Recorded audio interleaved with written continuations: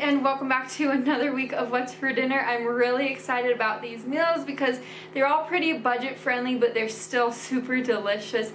But anyways, I post one of these videos every single Sunday, so if you are new here, I'd love to have you over at my channel. So go ahead and subscribe down below the video. But now let's get on with this What's for Dinner. To get this week kicked off, we are making this beautiful creamy lemon chicken. So to begin, I'm going to start with our chicken first. So I'm just cracking in 1 egg to this glass bowl, and I'm adding about a tablespoon of milk along with a half a teaspoon of salt and then 1/8 of a teaspoon of black pepper. And then I'm just going to mix this together.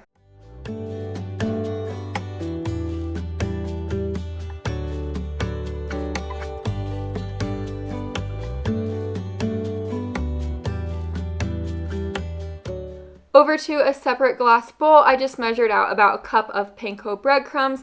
My panko breadcrumbs are seasoned, and I just set that bowl aside.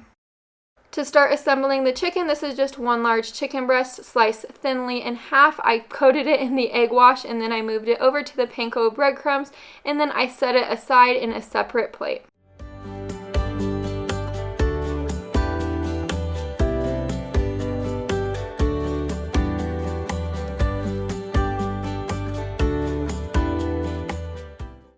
To a large pot of some boiling water, I'm just adding about 12 ounces of fettuccine noodles, or you could use good old spaghetti noodles, whatever you guys have on hand, and I just cooked that up. Moving over to our pan that has about a tablespoon of some oil in it, and it is heated up. I'm just adding our chicken in it. I'm cooking it on each side until it reaches the internal temperature of 165 degrees, and then I just pulled that off and set it on a separate plate.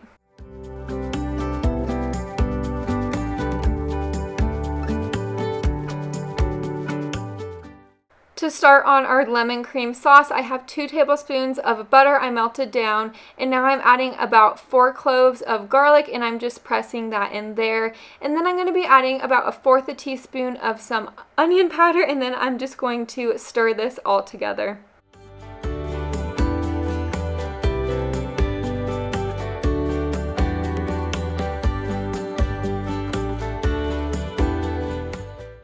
Now that our garlic is fragrant, I'm going to be adding in our 2 cups of heavy whipping cream, and I'm just going to whisk this together until it starts to simmer. Once it is simmering, I'm going to squeeze in our 1 whole lemon to this mixture, and then I'm going to stir it around again.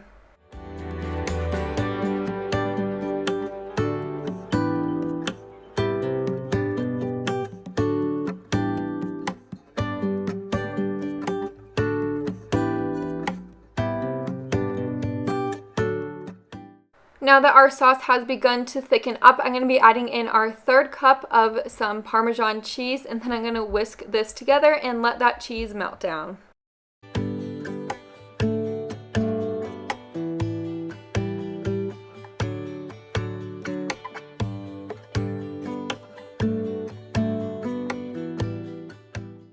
This step is definitely optional, but I'm just adding in 4 cups of some fresh spinach right here. Like I said, you do not have to add this step, but I thought it was a great way to sneak in some healthy spinach. Here is my plate all plated up. I just topped it with some parsley flakes and a little extra lemon just for some added color. This was so good, and that lemon was definitely not overpowering, but it seriously had so much flavor. I really do recommend this recipe. I just served it alongside of a side salad. For this night's dinner, I decided to make Salisbury steak. To start, I have about 1 pound of some lean ground beef in my glass bowl right here, and to that ground beef I'm just adding about 1/3 a cup of breadcrumbs. These are just plain breadcrumbs. And then next I'm adding about 2 teaspoons of ketchup, and then 1 teaspoon of mustard along with 1 teaspoon of Worcestershire sauce. And then for the seasonings, I'll be adding a half a teaspoon of garlic powder and then a half a teaspoon of some onion powder. And then you're just going to stir this all together and let all those ingredients get incorporated all together.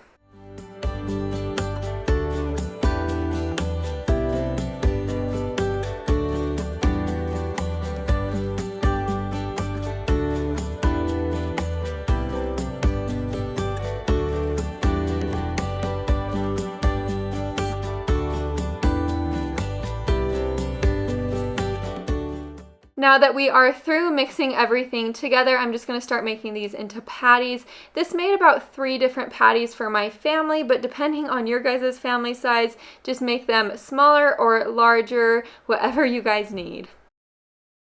To my saucepan, I'm just adding about a tablespoon of some oil. I just added avocado oil just because that's what I have right now. And then I'm just putting these patties down and I'm going to cook them all the way through on each side.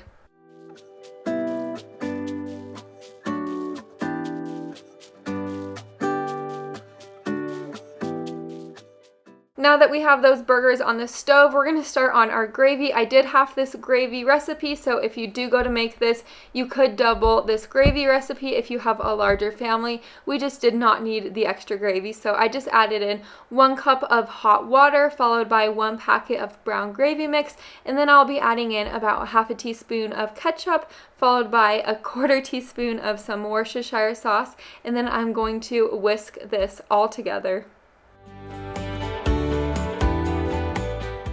Now that our burgers are fully cooked, I just poured this gravy right on top of them, and I just let that thicken up to the best of my ability, just like this, and kind of stirred it around. And here is my plate all plated up. Of course, I served it on top of a bed of mashed potatoes because I love Salisbury steak with mashed potatoes and peas, but I just didn't have any peas on hand for that night, so instead I just made a simple side salad to go along the side. This meal was yummy. For this night's dinner, we decided to make my favorite baked boneless BBQ wing recipe. To begin, I have 2 pounds of boneless, skinless chicken breast that I cut into bite-sized pieces, and right on top of that, I'm adding in 1 cup of all-purpose flour, and I'm just going to stir the flour around to coat those chicken pieces.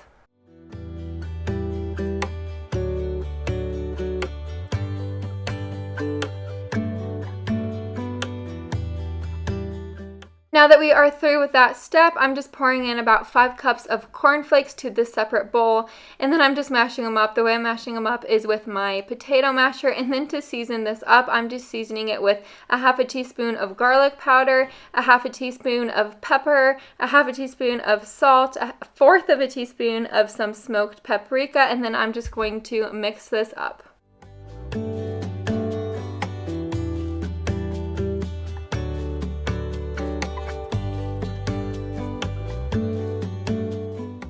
For the egg wash, all it is 2 eggs and then a 1/4 cup of milk, all whisked together.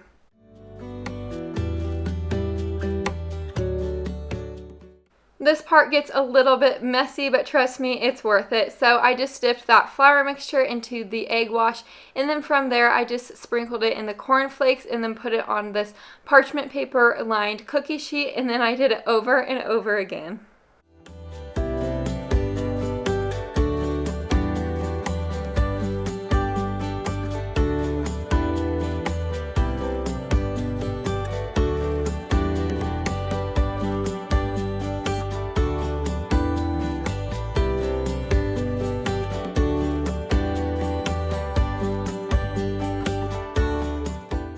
Now this goes into my oven preheated to 400 degrees.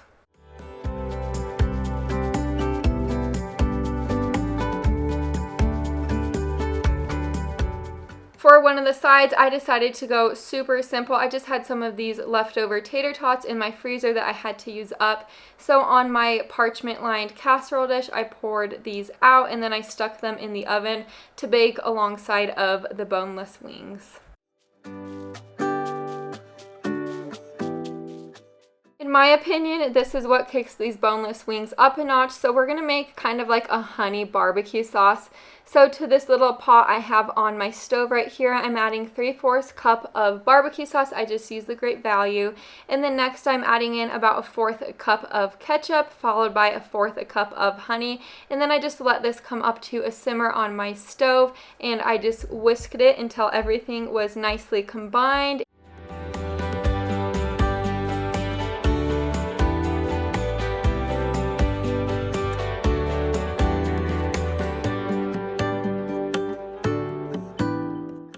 Halfway through baking, I just pulled our boneless wings out of the oven and then I flipped them on each side, and then this just ensures that everything gets baked at the same speed.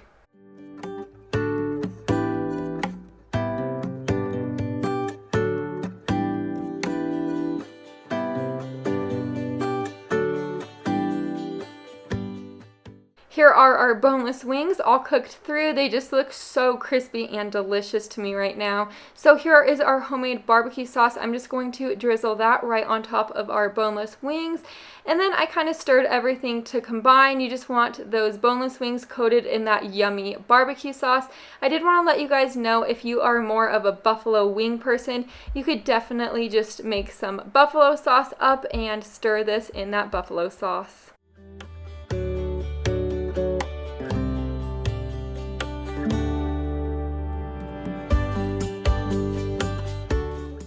Here is my plate all plated up. We just have those tater tots along with our boneless wings and then our carrots and then a little side of some ranch.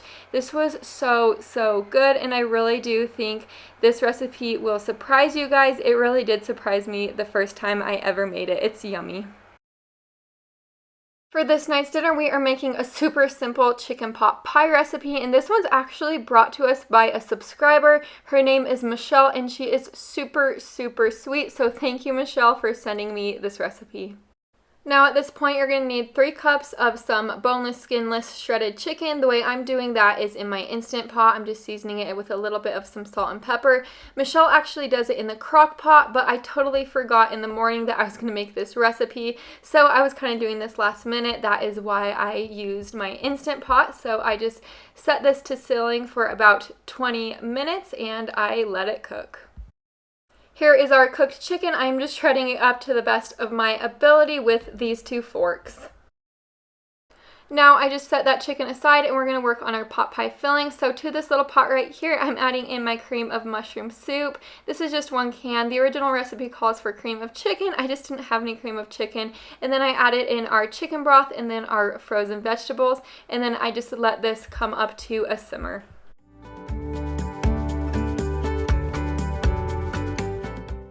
This recipe calls for about a cup of some self-rising flour. Of course, my store was all out of self-rising flour, so I just used a cup of some regular all-purpose flour along with a teaspoon of some baking powder and then a teaspoon of baking soda, and then I just stirred it up to combine.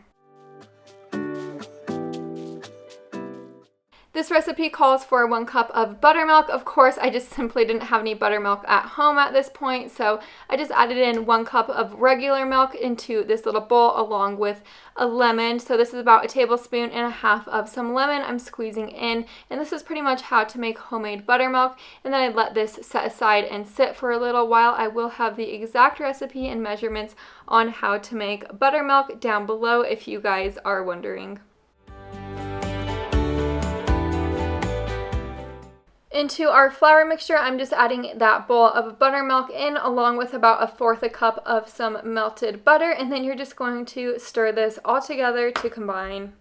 I did want to let you guys know I will have the exact recipe and measurements to all of these recipes linked down below in my description box for you guys, and if you just simply can't find them, let me know in the comments down below and I will just give you the recipes directly. Into my pie dish right here, I did spray it with some nonstick spray. I added in our shredded chicken, and right on top of that shredded chicken, you're just going to be adding that filling, just the pie filling right there with the vegetables. And then on top of that, you're just going to add that flour mixture right on it. And then you're going to place this in your preheated oven to 350 degrees. And this took about 45 minutes for me, but just keep an eye on it for you guys.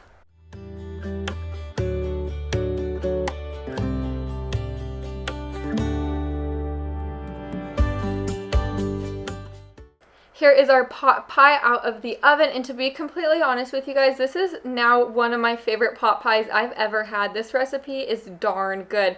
Thank you so much, Michelle, for sending it to me. If I were to do anything different next time, I'd probably double this recipe so we could have plenty of leftovers for lunch the next day. For this night's dinner, we are making Fiesta chicken casserole. To begin this recipe, I have this huge pot of boiling water, and then I'm just adding in 2 cups of this whole wheat penne pasta. You could use any type of pasta you guys have on hand. This is just what I had to use up. Over to my large glass bowl right here, I have about 2 cups of some shredded chicken. I just shredded this chicken from my Instant Pot as usual. I just cooked it up in there, then shredded it. You could easily use a rotisserie style chicken if that's what you guys have on hand. So I just added in about a cup of this salsa along with a cup of sour cream in with that chicken. To get our seasonings on, I'm just adding in about a teaspoon of some garlic powder, followed by a teaspoon of onion powder, and then a teaspoon of cumin. Then you're going to stir this all together and let it get nice and creamy.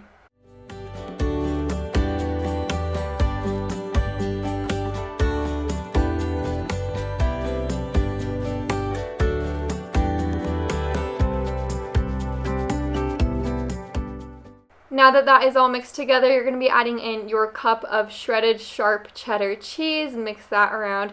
Then you're going to be draining a can of black beans and a can of corn. You're also going to be rinsing that. Then you're going to add that in, give it a good old mixing, and then you're going to be adding in your pasta.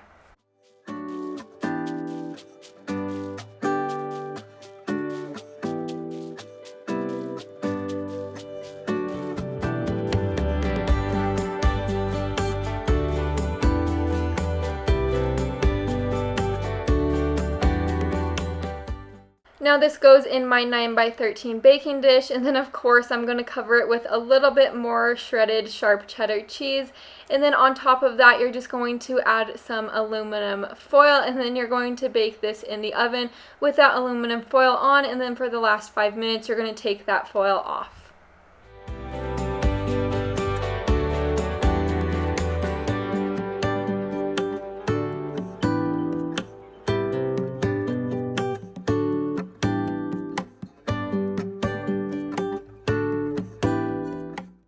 Here it is out of the oven. This was so creamy and delicious. I was really impressed. I just served it alongside of some shredded iceberg lettuce, some limes, guacamole, and some cherry tomatoes. This one was a hit. For this night's dinner, we made these barbecue chicken sandwiches along with twice-baked potato casserole. To begin, I am just going to be chopping up 1 entire white onion.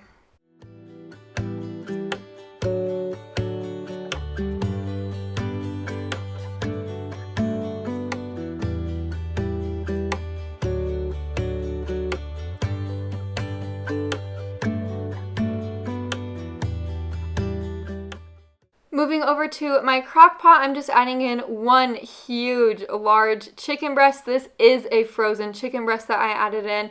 And then on top of that chicken breast, I added about a cup of this barbecue sauce. This is just the Great Value original barbecue sauce. And then I added in about a tablespoon of some water just for some extra moisture. And then a teaspoon of this Worcestershire sauce. And then right on top of that, I am adding in our white onion that is chopped. And then I'm going to put the lid on this thing, and it took me about 6 hours to cook on low.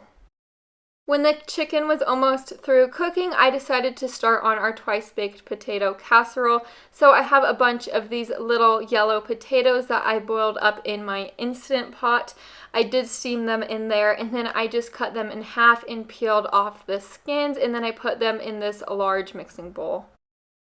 Now I just added in about 1/4 cup of some sour cream along with a tablespoon of some cream cheese and a tablespoon of some butter. Now I'm just adding in about 1/2 cup of some sharp cheddar cheese along with our seasonings, which are just salt, pepper, and some thyme.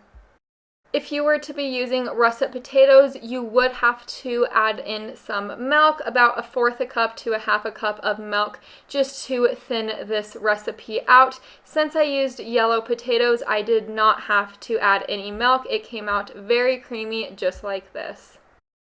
Now I just pulled out my casserole dish, and I'm just going to scoop this in my casserole dish. I did want to let you guys know this recipe called for bacon. Unfortunately, I just did not have any bacon on hand. If you do have bacon, go ahead and fry up about 4 pieces of bacon and add it in. So I just sprinkled the top with some sharp cheddar cheese and some cut chives, and I stuck it in the oven. Well, that was almost through baking in the oven. I just started shredding up our chicken in the crock pot. I just shredded it with my little shredder gadget right here, and it shredded pretty easy.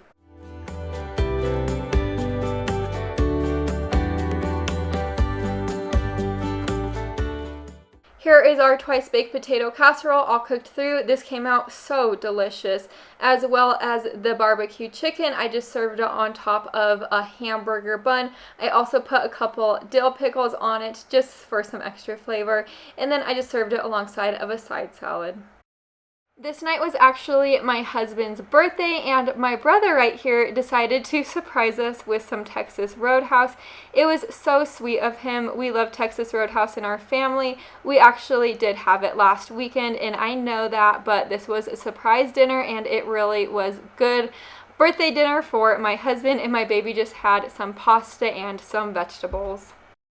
And that wraps up today's What's for Dinner. I hope you guys got a little bit of some meal inspiration out of it. I post one of these videos every single Sunday, so go ahead and subscribe down below the video so you don't miss next Sunday's What's for Dinner. I'll see you guys in the next one. Bye for now.